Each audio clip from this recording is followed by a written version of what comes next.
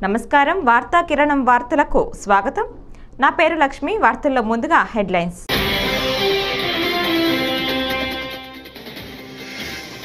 Telangana governor Radhakrishnan నేడు AP పర్యటనకు వచ్చారు ఉండవల్లిలో ఆయన ఏపీ సీఎం చంద్రబాబు నివాసానికి విచ్చేశారు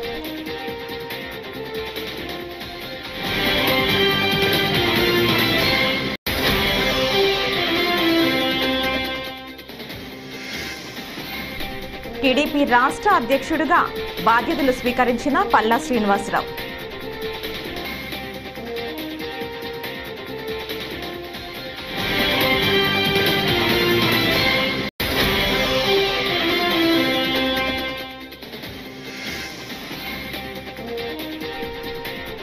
పంచాయతీరాజ్ ఇంజనీరింగ్ ఆర్డబ్ల్యూఎస్ అధికారులతో పవన్ సమీక్షా సమావేశం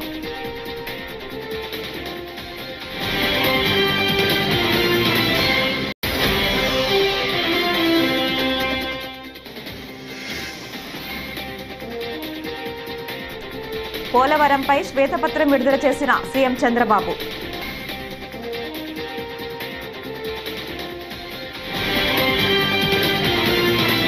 ఇక డీటెయిల్స్ చూస్తే ఏపీ ముఖ్యమంత్రి చంద్రబాబు పోలవరం ప్రాజెక్టుపై నేడు శ్వేతపత్రం విడుదల చేశారు అమరావతిలో జరిగిన ఓ కార్యక్రమంలో ఆయన మాట్లాడుతూ మొన్నటి వరకు తమకున్న అరకొర సమాచారం ఆధారంగా రాజకీయ ఆరోపణలు చేశామని ఇప్పుడు ప్రభుత్వంలోకి వచ్చాక వాస్తవ పరిస్థితులను ప్రజలకు తెలియజేసే అవకాశం వచ్చిందని ప్రయత్నిస్తున్నామని వెల్లడించారు పోలవరంపై ముందుకు వెళ్లేందుకు మేధావులు నిపుణులు మీడియా వివిధ వర్గాల ప్రజల నుంచి సూచనలు సలహాలు స్వీకరిస్తామని తెలిపారు విభజనలో జరిగిన అన్యాయాన్ని గాని మనం ఏ విధంగా నష్టపోయామో ఆ నష్టాన్ని పూడ్చుకునే అవకాశం ఉంటుంది పోలవరం ప్రాజెక్టు కూడా విభజన చట్టంలో నేషనల్ ప్రాజెక్టు చేసి కేంద్రం నిధులు ఇవ్వడానికి ముందుకు వచ్చినటువంటి ప్రాజెక్ట్ ఇది నదుల అనుసంధానానికి గుండె పోలవరం ఇటువంటి పోలవరానికి జగన్ ఒక శాపంగా మారాడు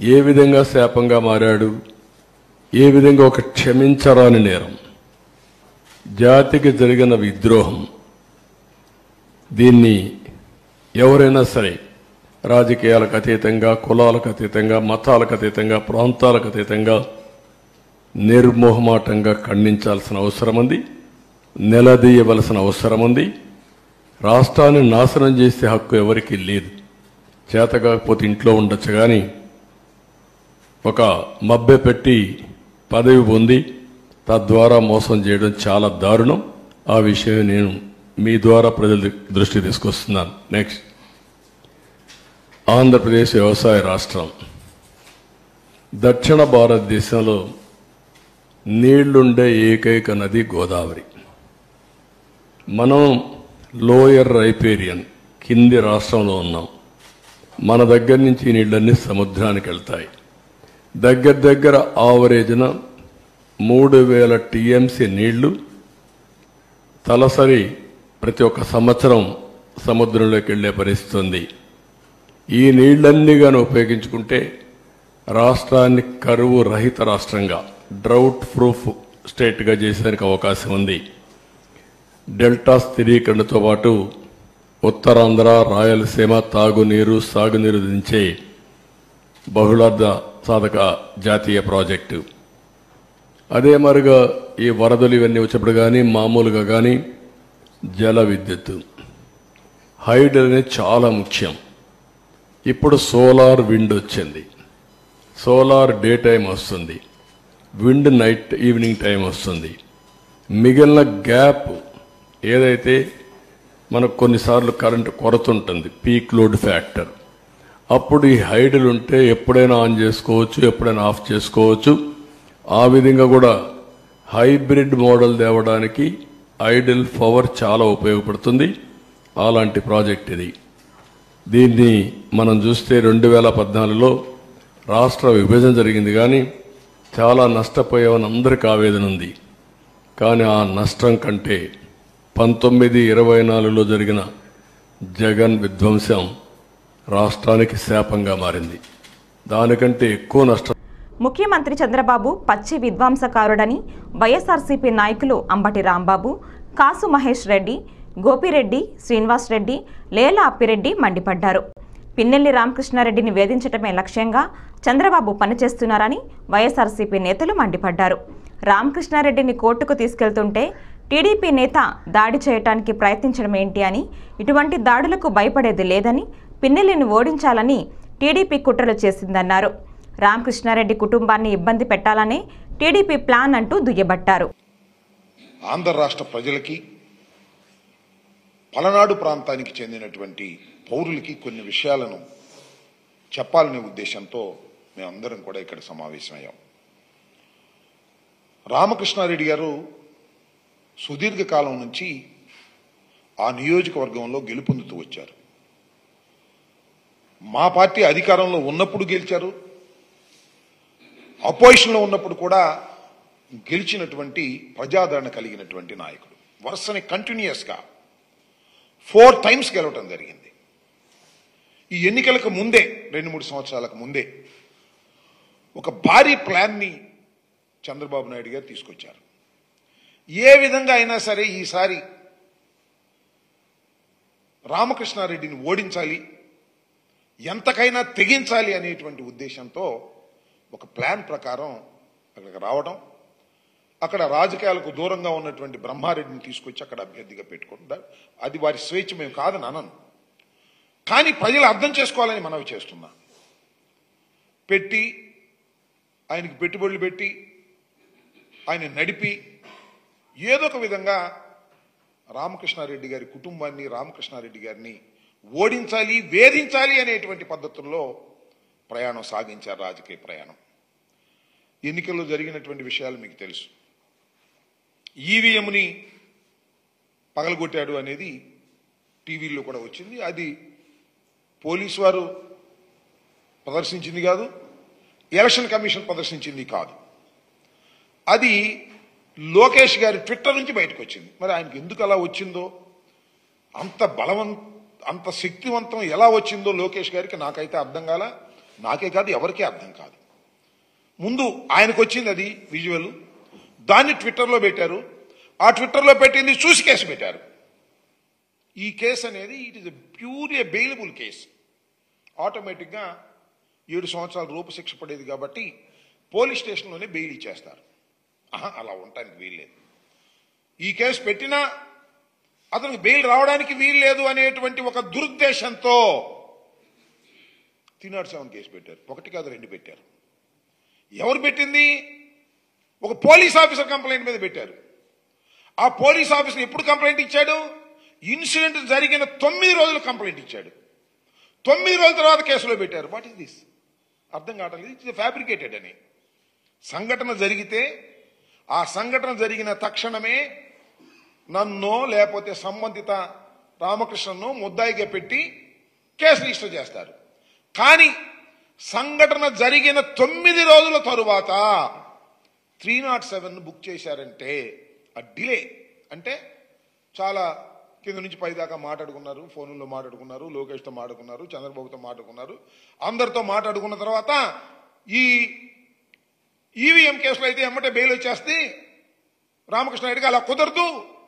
307 గాజువాక అసెంబ్లీ స్థానం నుంచి రికార్డు మెజారిటీతో ఎన్నికైన MLA Palla Srinivasarao TDP AP అధ్యక్షుడిగా నియమితుడవటం తెలిసిందే. ఈ నేపథ్యంలో పల్లా శ్రీనివాసరావు టీడీపీ రాష్ట్ర అధ్యక్షుడిగా నేడు బాధ్యతలు చేపట్టారు. మంగళగిరిలోని టీడీపీ కేంద్ర కార్యాలయం ఎన్టీఆర్ భవన్లో లాంఛనంగా బాధ్యతలు స్వీకరించారు. ఈ సందర్భంగా ఆయన మాట్లాడుతూ పార్టీ రాష్ట్ర నాయకత్వ బాధ్యతలను తనకు అప్పగించిన చంద్రబాబు, నారా లోకేష్లకు ధన్యవాదాలు తెలుపుకుంటున్నానని వెల్లడించారు. తనపై ఉంచిన నమ్మకాన్ని నిలబెట్టుకుంటానని అన్నారు. పల్లా శ్రీనివాసరావు అసెంబ్లీ ఎన్నికల్లో వైసీపీ మాజీ మంత్రి గుడివాడ అమర్నాథ్పై 95,235 ఓట్ల భారీ మెజారిటీతో విజయం సాధించారు. ఈ ఎన్నికల్లో ఇదే అత్యధిక మెజారిటీ కావటం విశేషం. నేను ప్రత్యేకంగా ధన్యవాదాలు తెలియజేసుకుంటూ, అలాగే యువ నాయకులు నూతన ఉత్తేజంతో ఎప్పుడూ ముందుకు వెళ్తున్నటువంటి తెలుగుదేశం పార్టీ జాతీయ ప్రధాన కార్యదర్శి అయినటువంటి లోకేష్ బాబు గారికి కూడా ఈ సందర్భంగా నేను ధన్యవాదాలు తెలియజేసుకుంటూ ఈరోజు నా పైన నా శక్తి సామర్థ్యాల పైన నమ్మకంతో ఈ బాధ్యత నా మీద పెట్టినందుకు మన తెలుగుదేశం పార్టీ జాతీయ అధ్యక్షులు ముఖ్యమంత్రి నారా చంద్రబాబు నాయుడు గారికి అలాగే లోకేష్ బాబు గారి యొక్క నమ్మకాన్ని నేను ఉంచుకొని ఆ నమ్మకాన్ని ఓము కాకుండా ముందుకు వెళ్తానని చెప్పి ఈ సందర్భంగా తెలియజేస్తున్నా. అలాగే కీర్తిశేషులు నందమూరి తారక రామారావు గారు స్థాపించినటువంటి ఈ పార్టీకి, ఎందుకంటే ఈ పార్టీని ఒక పవిత్రమైన హృదయంతో స్థాపించినటువంటి ఈ పార్టీకి నిజంగా నన్ను రాష్ట్ర అధ్యక్షుడిగా చేయడం నా పూర్వజన్మ సుకృతంగా నేను భావిస్తున్నానని చెప్పేసి ఈ సందర్భంగా తెలియజేస్తున్నాను. అలాగే సోదరులారా, ఈరోజు నా ముందున్నటువంటి ప్రధానమైనటువంటి బాధ్యత, అలాగే నాకు దిశ నిర్దేశించినటువంటి విషయం కానీ, ముఖ్యంగా కార్యకర్తల్ని వారికి సముచిత స్థానం కల్పించి ముఖ్యంగా నామినేటెడ్ పదవుల ద్వారా ప్రభుత్వంతో భాగస్వామ్యం చేసి ముందుకు తీసుకెళ్లడమే నా ప్రధానమైనటువంటి బాధ్యతగా నేను మీకు ఈ సందర్భంగా తెలియజేస్తున్నా. సోదరులారా, అధికారం కోసం, పార్టీని అధికారం తీసుకురావడం కోసం అధికారంలో తెలంగాణ గవర్నర్ రాధాకృష్ణన్ నేడు ఏపీ పర్యటనకు వచ్చారు. ఉండవల్లిలో ఆయన ఏపీ సీఎం చంద్రబాబు నివాసానికి విచ్చేశారు.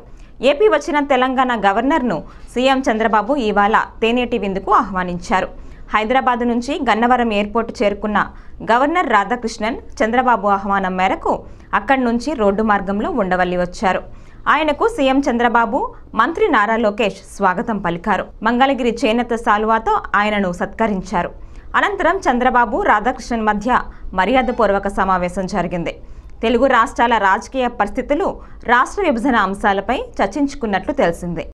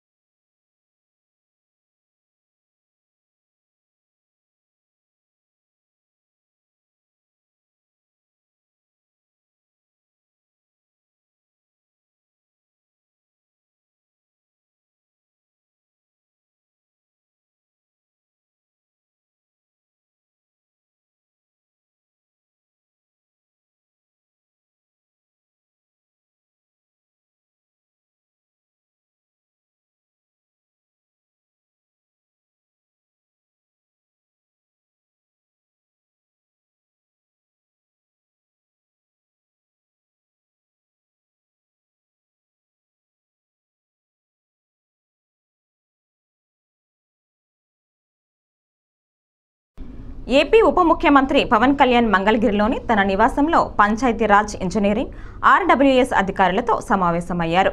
ఈ సందర్భంగా వివిధ శాఖల్లో నిధుల వినియోగం, ఆ శాఖల్లో చేపట్టిన పనులు, ప్రస్తుత స్థితిపై సమీక్ష నిర్వహిస్తున్నారు.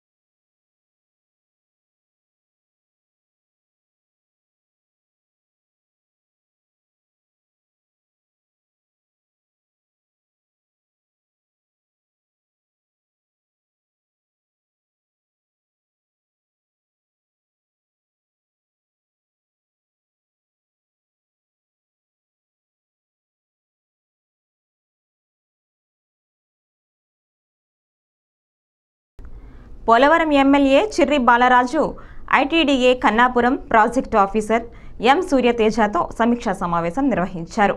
ఈ సమావేశంలో 25 డిపార్ట్మెంట్ అధికారులను పరిచయం చేసుకొని ప్రతి అధికారులను సమగ్ర రికార్డ్స్ అడిగి తెలుసుకున్నారు. ముఖ్యంగా నియోజకవర్గంలో విద్య, వైద్యం, రోడ్డు దుస్థితిని యాక్షన్ ప్లాన్ చేసి ప్రోగ్రెస్ చూపించాలని అధికారులను సూచించారు.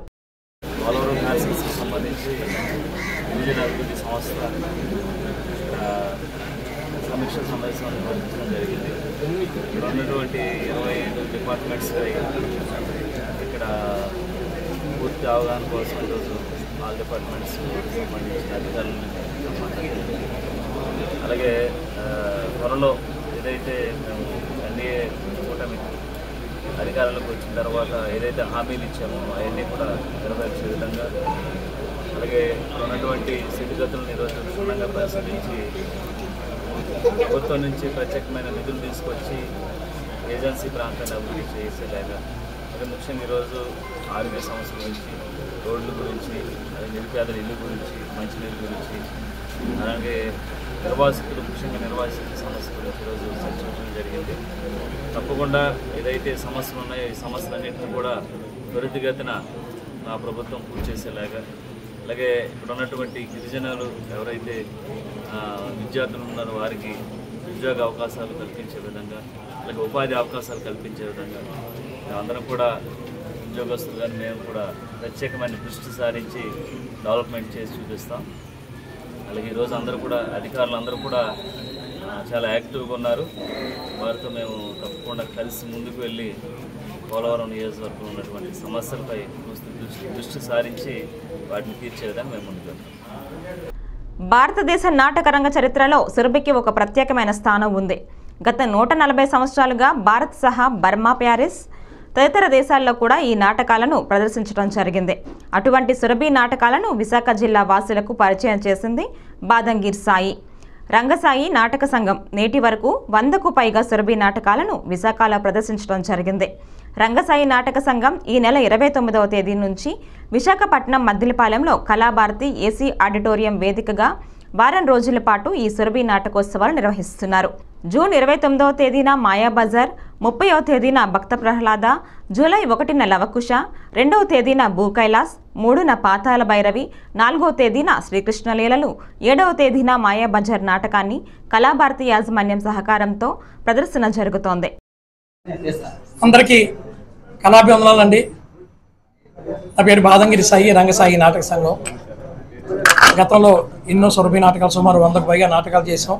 2006 30 రోజులు చేసాం. అదే ఉత్సాహంతో ఒక కొత్త ఆలోచనతో ప్రజలే పోషకులు అవ్వాలనే ఉద్దేశంతో ప్రజలకు ఏ విధంగా ఎంట్రీ ఫీజు లేకుండా ఉచితంగా ఈ సురభి నాటకాలని 29వ తారీఖు నుంచి జూన్ 5వ తారీఖు వరకు 6 నాటకాలు 7 నాటకాలు 2 సార్లు మాయాబజార్ నాటకం వేస్తున్నాం సార్. ప్రవేశం ఉచితం. తప్పకుండా ప్రతి ఒక్కరూ మన విశాఖపట్నం మద్దిలపాలెం కళాభారతి ఆడిటోరియంలో ప్రదర్శన ఉంటాయి. 6:15 ఏమో సభ, 6:45 నాటకాలు ఉంటాయి. దీనికి అటు కళాభారతి యాజమాన్యం తరఫున ఎంఎస్ఎన్ రాజు గారు కొంత మేరకు మనకి ఈ యొక్క రాయితీ ఇచ్చారు. అలాగే భోజనాన్ని కంచెల అచ్యుతరావు గారిని మరొక వదాన్ని ఆయన ఇవ్వడం జరిగింది. ఇలా ఎవరి కాళ్ళు ముందుకు రావడం జరుగుతుంది. ఇంకో విశేషం ఏంటంటే ఇలా చెప్పడం మర్చిపోయాను, ఈ సంస్థ సురభి పెట్టి 140వ సంవత్సరం వార్షికోత్సవం అండి. అది ఎందుకో మిస్ అయ్యాను. 140 years ఇప్పటికి అవుతుంది. ఆ సందర్భంగా ఈ ఫెస్టివల్ చేస్తున్నాం. భానుదయ నాట్య మండలి వాళ్ళు మన దగ్గరికి వచ్చి, సాయి గారు మీకు నాటకాలు వేసి వెళ్తాం, మీరు మాకేమీ డబ్బులు ఇవ్వకపోయినా ఎవరైనా ప్రజలు ఇస్తే వాళ్ళ దగ్గర తీసుకుని మేము వెళ్తామని ఒక పెద్ద మాట చెప్పారు. దాంతో ఇది కొత్తగా డిజైన్ చేశాను. ఇది ఫస్ట్ టైం అండి, ఇండియాలో ఎక్కడ జరగలేదు. ఎక్కడ అంటే ఆర్గనైజర్ డబ్బులు ఇవ్వకుండా, థియేటర్కి పెద్ద డబ్బులు కట్టకుండా ఎప్పుడు లేదు. వాళ్ళు డబ్బులు తీసుకోకుండా, ప్రజలు డబ్బులు ఇవ్వకుండా, ఈ అంతా ఫ్రీయే. మరి ఎలాగంటే ప్రేక్షకులు స్పందనే చూసి సరే ఎవరైనా వస్తే పట్టుకెళ్తారు, లేకపోతే మరో మాట అన్నారు. వాళ్ళు ఒకటే అన్నారు, మీరు ఇచ్చే మీడియా కవరేజ్ చూసారా, అది కొన్ని కోట్ల విలువైందండి అనేది అందరికీ సురభిలో ప్రచారం అయిపోయిందండి. విశాఖపట్నం అంటే మీడియా అద్భుతంగా రాస్తారు, ఇంకా మనకి డబ్బులతో పని ఉందనే స్థాయిలో వాళ్ళు ఇవాళ ఉన్నారు. అందుకే ఈ సంస్థ వారు ముందుకు వచ్చారు. ఈ సంస్థ కూడా 60-70 సంవత్సరాల నుంచి నాటకాలు వేస్తున్నారు. మళ్ళీ ఇప్పుడు ఈ ఫెస్టివల్ మనం చేస్తున్నాం. ప్రతి ఒక్కరూ ముఖ్యంగా మీడియా మిత్రులు చెప్తాను, మీరు కుటుంబ సభ్యులతో రండి. మీరు మీ డ్యూటీలో ఉన్న కుటుంబ సభ్యులు అక్కడ పంపించారు. ఈ వార్తలు ఇంతటితో సమాప్తం. నమస్కారం.